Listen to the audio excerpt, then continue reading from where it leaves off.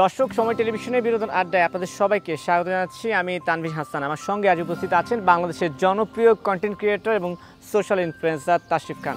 তার সঙ্গে আড্ডা দেবো, কথা বলবো, সঙ্গে থাকুন।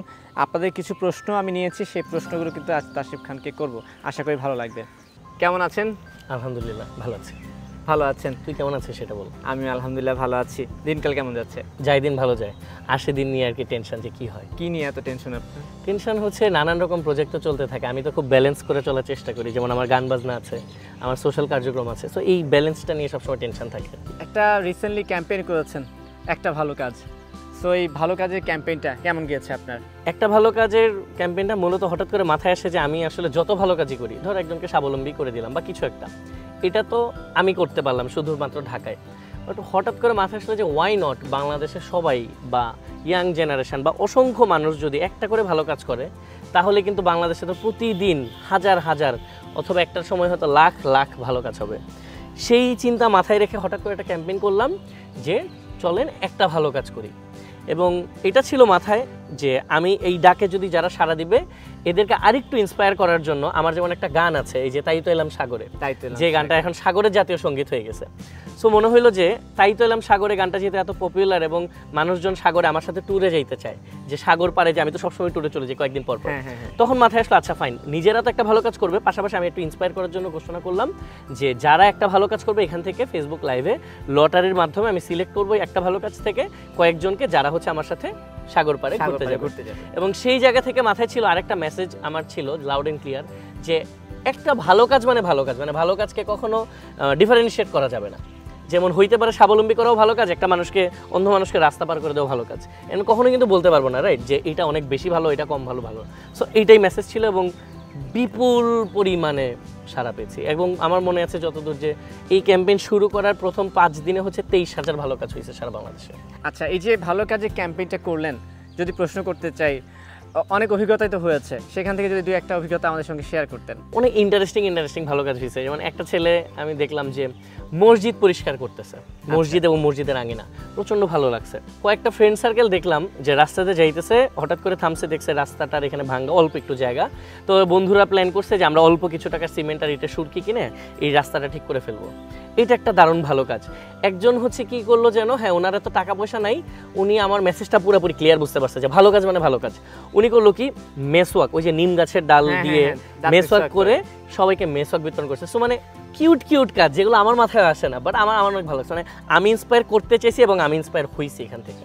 আচ্ছা, আপনার সাথে এই আড্ডা দেওয়ার আগে আমি একটা কাজ করেছিলাম, ফেসবুকে আমি একটা পোস্ট দিয়েছিলাম, যেখানে আমি বলেছিলাম যে তাশরিফ খানকে যদি সামনে পান কি প্রশ্ন করবেন। তো আমি যে প্রশ্নগুলো করছি সেগুলো কিন্তু আপনার ভক্তদের প্রশ্ন। যেমন একটা প্রশ্ন এসেছে যে তাশরিফ খানের মাথায় এই যে এত কন্টেন্টের আইডিয়া, কন্টেন্ট না মানে হচ্ছে এই যে প্রজেক্টের আইডিয়া, এইসব আইডিয়াগুলো কিভাবে আসে? এইসব আইডিয়া আসলে আমি তো এমন একটা লোভে পড়ছি যে এই কাজগুলো করার আনন্দ আমার একটা কনসার্ট করার আনন্দের চাইতে অনেক বেশি। মানে একটা কাজ বা একটা মানুষের প্রকৃত ভেতরে যে হাসিটা, এটা তো 100টা কনসার্ট করলে এই মজাটা কখনো আমি পাবো না। সো এইটা থেকে আমার মাথায় আসে যে আচ্ছা ঠিক আছে, আমার তো অনেক টাকা পয়সা যাচ্ছে, তাও তো না, তো আমার যখন যতটুকু টাকা থাকে, অ্যামাউন্ট থাকে, ওইটার উপর বেসিস করে আমি হচ্ছে প্ল্যানটা করি যে এই টাকায় আমি কি উপকার করতে পারি। চেষ্টা করি ম্যাক্সিমাম টাইম যেন উপকারটা পার্মানেন্টলি হয়। যেমন আমার স্বাবলম্বী প্রজেক্ট চলছে, আবার এটাও মাথায় থাকে যে আচ্ছা আজকে পার্মানেন্ট পারবো না, বাট কিছু একটা করি, অন্তত একটা পথশিশুর হাসি ফোটানো হোক, একজনকে একটা বাজার করে দেওয়া হইতে পারে, একজনকে একটা রিক্সা কিনে দেওয়া হইতে পারে, কখনো বড় বাজেট থাকলে আমি এমন হয়েছে হুন্ডা কিনে দিছি, তারপর হচ্ছে একজনের অটো হারাই গেছিল, অটো যে আমি নতুন একটা কিনে দিছি, এইরকম আর কি। মানে বাজেটের উপর বেস করে, আমার কাজের উপর বেস করে তারপর হচ্ছে আমি প্ল্যানটা করি। আপনি ভালো গান চেষ্টা করি, ঘুরে আছে, আপনি content creator, social influencer. Content creator কথাটা আমার মানে এমনিতে শুনতে ভালো লাগে, আমি মানে স্ট্রংলি রেসপেক্ট, বাট আমার মানে এগুলো অবশ্যই কন্টেন্ট, বাট স্টিল আমার কাছে কন্টেন্ট হিসাবে প্ল্যান করে আমি কখনো করি না। মনে হয় যে এটা আমার একটা প্রজেক্ট, আজকে আমি এটা করবো, তারপরে যখন ভিডিও করে আমি আপলোড করি। এখানে আরেকটা কথা বলি, দারুণ একটা পয়েন্ট আছে, এটা হচ্ছে যে অনেকেই এই ব্যাপারটাকে একটু লুকোচুরির মধ্যে রাখে। এই যে একটা আপলোড হলো, একটা প্রজেক্ট, একটা কন্টেন্ট হইলো, এখান থেকে কিন্তু টাকা আসে এবং এখান থেকে যখন আর্ন হয় তখন কিন্তু আমি আরো কাজ করতে পারি। বাট এই ব্যাপারটাকে কি অনেকে নেগেটিভলি নেয়, বলে কি যে হ্যাঁ এই যে ভালো কাজ করতেছে, এটা তো আসলে টাকা কামানোর জন্য। অবশ্যই টাকা কামানোর জন্য, আমার টাকা কামানোর অপশন থাকলে পৃথিবীতে এমন কোনো মানুষ আছে যে টাকা কামাবে না, অবশ্যই টাকা কামানোর জন্য। তবে এতে করে কি উইন উইন। যেটা হলো আমার টাকা আসলো, আমি আবার এটাতে আরেকজনের জন্য ইনভেস্ট করতে পারি। সো এই আর কি ব্যাপারটা চাচ্ছিলাম একটু ক্লিয়ার করতে, সো এই যে তানভীরের মাধ্যমে এটা ক্লিয়ার করে দিলাম। আচ্ছা, একটু যেটা বলতে চাই যে এই যে বলছিলেন যে অনেকে অনেক কথাই বলে, যেমন একটা কথা কিন্তু অনেকেই বলে যে ফেসবুকে ঘুরে যে তাশরিফ খান 10 টাকা তুললে 5 টাকা হচ্ছে মানুষকে দেয় আর 5 টাকা হচ্ছে মেরে দেয়। হ্যাঁ, এই ধরনের কিছু কমেন্ট কিন্তু আমরা দেখতে পাই। তো এই ব্যাপারে আপনি কি বলবেন? আমি আসলে প্রথমে বলি যে বাংলাদেশের মানুষ যারা আমাকে দেখছে বা যারা আমাকে দেখবে, আমি অনেক বেশি লাকি, আমি বিশ্বাস করি। কারণ হচ্ছে আমার মানে 1000 মানুষ বা 1 লক্ষ মানুষ ভালো কথা বলে আমাকে নিয়ে, 1জন 2জন হয়তো বা দেখছে এরকম। এবং আমার মনে হয় কি যে ওনারাও আসলে যে আমাকে মানে শুধু মানে কোনো কারণ ছাড়া জাস্ট ছোট করার জন্য হয়তো বলে, হয়তো জেলাস এই কারণে। কারণ এখন পর্যন্ত আল্লাহর রহমতে আমি নিজের উপর এত বেশি মানে কনফিডেন্ট এবং আমি এত বেশি বিশ্বস্ততা মেনটেন করে কাজ করি এবং আমার কাজের কিন্তু সব কাজের হিসাব থাকে। আমার এখন পর্যন্ত করোনার সময় থেকে শুরু করে সিলেটের প্রজেক্ট থেকে শুরু করে যত প্রজেক্ট হয়েছে সবগুলার হিসাব থাকে এবং আমি যখন কাজটা করতে থাকি তখন আমি হিসাব দিতে থাকি। যে কারণে এই যে যারা বলে কথা তারা কিন্তু কখনো টাকা পাঠায় না। আবার মানুষ যে সিলেটে 4 কোটি টাকা পাঠাই দিল, একটা জিনিস তুই মনে রাখিস, মানুষ বিশ্বাস না করলে কখনো টাকা পাঠাবে না, আবার বিশ্বাসের মতো অর্জনের মতো কাজ না করলে কখনো বিশ্বাস করবে না। সো যারা একদম মানে থাকে না যে পায়ে পাড়া দিয়ে ঝামেলা করতে চায় বা একটা দুইটা কথা বলে চায় যে মনটা খারাপ করে দিতে, প্রথমে আমি বলি তাদেরকে যে আপনাদের কমেন্ট হচ্ছে আমার দেখারও সময় হয় না অনেস্টলি। এবং আপনাদের সাথে আমার পার্থক্য মানে আপনাদের বলতে ওই যে যারা মানুষকে নেগেটিভিটি ছড়াইতে চায়, আপনাদের সাথে আমার পার্থক্য কোথায় জানেন? আমার হচ্ছে কাজ করার সময় আছে, আপনাদের কমেন্ট দেখারও সময় নাই, অথচ আপনাদের কাজ করা রেখে আমাকে নিয়ে আপনারা লেখেন। সো যদিও এই সংখ্যাটা কম, বাট আমি 2-1 জনের এরকম দেখেছি, একটা ভিডিও দেখেছি। তারপরে আমি আরেকটা কথা বলি, আমি কিছুদিন আগে দেখলাম যে বই মেলার একজন খুব বেশ পপুলার একজন লেখক, আমার নামটা মনে নেই, থাকলে আমি তো বলেই দিতাম, দেখলাম যে আমাকে নিয়ে একটা বড় পোস্ট করছে। আমি দেখে কতক্ষণ হাসছি, পরে একটু মন খারাপ হয়েছে, পরে আবার হাসছি। আমি ভাবলাম এই লোকটাকে আমি জীবনে দেখিই নাই, উনার সম্পর্কে আমার কোনো নলেজও নাই, কিছুই না, অথচ উনি করলো কি জানিস? এই যে আমি মসজিদ করছি, একটা মানে মসজিদে কন্ট্রিবিউশন করছি, তো আমি আবার এইদিকে তো গান করি, তো এখন আমি মসজিদে কন্ট্রিবিউশন করছি সময় এটা নিয়ে 2-1 কথা বলতে পারে যে গানের টাকা দিয়ে তুমি কেন দিচ্ছ। সো ক্লিয়ার করার জন্য আমি বলছি প্রথমেই ভিডিওতে যে এটা আমার গানের টাকা না, এটা হচ্ছে আমার বই বিক্রির টাকা, যেটা হচ্ছে যে 22 বন্যা লিখে বেস্ট সেলিং বুক ছিল আমারটা। সো এইটা নিয়েও দেখলাম একজন লিখছে। সো তার মানে ব্যাপারটা আসলে এরকম দাঁড়ায় কি যে মানুষজন যদি তোকে বা আমাকে বা যে কাউকে বদনাম করতে চায়, এটার জন্য না তোর বদনামের কাজ করা লাগবে না, এমনিতেই করবে। সো আমি একেবারে কমপ্লিটলি ইগনোর করি। আমার মনে হয় যে একটা কমেন্ট করব, এই টাইমে আমি একজন মানুষের ভালো একটা কমেন্টের রিপ্লাই দিলে আমার জন্য ভালো, আমি জাস্ট দেখিনি, ইগনোর করি। আপনার কমেন্টসের রিপ্লাই তো ফেসবুকে ভাইরাল। আপনি কমেন্টস দেখেন না, কিন্তু যেগুলো রিপ্লাই দেন ওগুলো তার অধিকাংশ ফেসবুকে ভাইরাল। এই যে ছন্দ, এই কমেন্টসগুলো আসলে কোথা থেকে আসে আপনার মাথায়? হুট করে জাস্ট আমার মনে হয় কি যে আমি কিন্তু কাউকে কখনো ছোট করে কমেন্টসগুলো করি না, না, না, আমি একটু ফান করার চেষ্টা করি। আমার মনে হয় যে আমার যারা ভালোবাসার মানুষ তারা আমার সাথে সবসময় একটা ব্যালেন্সে থাকুক।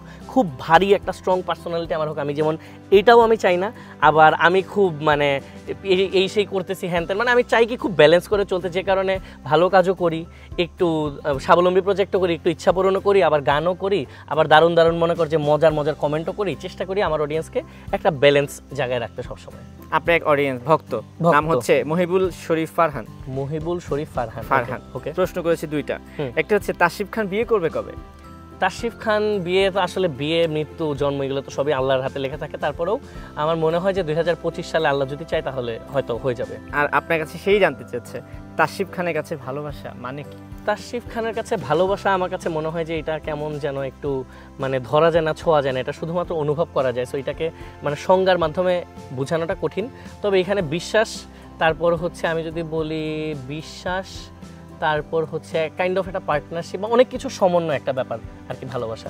তো ভালোবাসার অত বড় করে সংজ্ঞা আমি আসলে দিতে পারবো না। মানে একজন জানতে চেয়েছে যে তাশরিফ খান যে এত মানুষের সঙ্গে কাজ করছে, সেখানে কাজ করতে গিয়ে এমন কোনো গল্প কি তার মাথায় আছে কিনা যেটা খুব ইমোশনাল বা স্মৃতিকাতর করে ফেলে, মাথায় বা চোখ বন্ধ করলে বা অনেক সময় মনে পড়ে বসে সেই গল্পটা? এরকম আসলে অনেক গল্পই তো এরকম। তোর সিলেটে দেখছিলাম একটা ছেলে হচ্ছে রিক্সা চালায় হচ্ছে নিজের পড়াশোনা চালায়, পাশাপাশি ঘরের মানে বাবা আমাকে দেখে, এবং ছেলেটার মুখে হচ্ছে সলম টাইপের একটা রোগ, যে রোগটার জন্য সে মাস্ক পরে থাকে। এবং এই ছেলেটাকে নিয়ে অনেক মানুষ হচ্ছে মানে কটূক্ষ উক্তি করছিল যে এ তো এরকম করে অভিনয় করে। তো ওর কাছে যাই যখন, ওর সাথে কথা বলি, আমাকে অনেক বেশি ইন্সপায়ার করে। তারপর একজন বৃদ্ধা এবং বৃদ্ধের একবার ইচ্ছা পূরণ করছিলাম। সো আমি হঠাৎ আরেকবার হচ্ছে আমার প্ল্যান ছিল যে আমি যাব, যেদিন যাওয়ার কথা আমার এই দিন কনসার্ট আসে, সো আমি কিন্তু আমার কনসার্টের সাথে তো আমার ব্যান্ড রিলেটেড, রাইট? সো আমি কিন্তু ব্যান্ডকে এমনিতে ছাড়া করে ফেলতে পারবো না একদম, যে আমার কাজের জন্য ব্যান্ডের বৃহৎ স্বার্থ তো আমি ত্যাগ করতে পারবো না। সো আমি ওই দিন যেতে পারিনি, আমার পরের দিন ওখানে যাওয়ার কথা, বাট আমি গাড়িতে যাওয়ার সময় শুনি যে লোকটা মারা যান। সো এই দিন আমি অনেক মানে আমার চোখে পানি আসছে, ওই দিন খুব কষ্ট লাগছে, ওনার কথা মনে পড়ছে, মনে হলো যে আজকে আমি এইটাতে না যেয়ে যদি আমি যাইতাম তাহলে তো দেখাটা হয়ে যেত। এরকম আসে আসলে, এখন আরো অনেক কিছু মাথায় আসতেছে না, বাট থাক, ইমোশনাল, একেবারে ইমোশনাল গল্পে না যাই। আর তাহলে ইমোশনাল না, মজার গল্পে চলে যাচ্ছি। এই প্রশ্নের পরে আমরা একটা ফোন কলে যাব। ওকে, তার আগে যে প্রশ্নটা আছে হ্যাঁ সেটা আমি একটু পরে বলছি আপনাকে, সেটা একটা চমৎকার। হ্যাঁ, সেটা হচ্ছে যে ভালোবাসার পাগলামির পাল্লায় কখনো পড়েছিলেন কিনা, আপনারই এক ভক্ত জানতে চেয়েছে। ভালোবাসার পাগলামির পাল্লায় পড়েছিলাম, এটা হচ্ছে যে ময়মনসিং এর কোনো একটা গ্রামের একটা মেয়ে কি জানি কাণ্ড ঘটাইছে, আমাকে ভালোবেসে আমার ছবি টবি পোস্টার নাকি ওর ঘরে লাগাইছে। ওর বাবা আবার হচ্ছে কোনো এক মসজিদের সম্ভবত মুয়াজ্জিন হবে। আচ্ছা, তো মেয়ে আবার এদিকে ঘরের রুমে এসে লাগাইছে, তো মেয়ের আবার সামনে তখন পরীক্ষা। হুট করে আমি একদিন কমেন্ট দেখলাম যে তাসিফ ভাই আপনি কোন জায়গাটা জানেন, ময়মনসিং এর এদিকে আইসেন, আপনারা মারবে। এই কারে মারবে, আমি কি করলাম, কারে কি করলাম? তা আমি ওরা আবার নক করছি যে এই কি হয়েছে ভাইয়া বলো তো কাহিনী। তারপর বললো আপনি জানেন না? না জানি না। তারপর আমাকে কাহিনী বললো যে এরকম এক মুয়াজ্জিনের মেয়ে আপনার প্রেমে পড়ছে, ও আপনার জন্য পাগল, ও আপনার ছবি লাগাইছে, ওর বাবা হচ্ছে যে ওকে মানা করছে, নিষেধ করছে, একদিন দুই দিন তিন দিন, ওদের হচ্ছে দুইটা ঘর, মেয়ের ঘরের পাশ দিয়ে হচ্ছে বেড়া টাইপের, মানে রুমটাতে বেড়া টাইপের ছিল, বাবা নাকি রাগে পরে আগুন জ্বালাই দিচ্ছে রুমের মধ্যে। হাই হ্যাঁ, আমি প্রথমে যা শুনে ভাবছি যে আমি যাবো, এরপরে মনে হয়েছে আমি ওই এলাকায় জীবনও যাবো না। হ্যাঁ, এবং ওর বাবা নাকি বলে দিছে এলাকাবাসীদের যে আমারে যদি পায় তাহলে যেন ধরে নিয়ে যায়।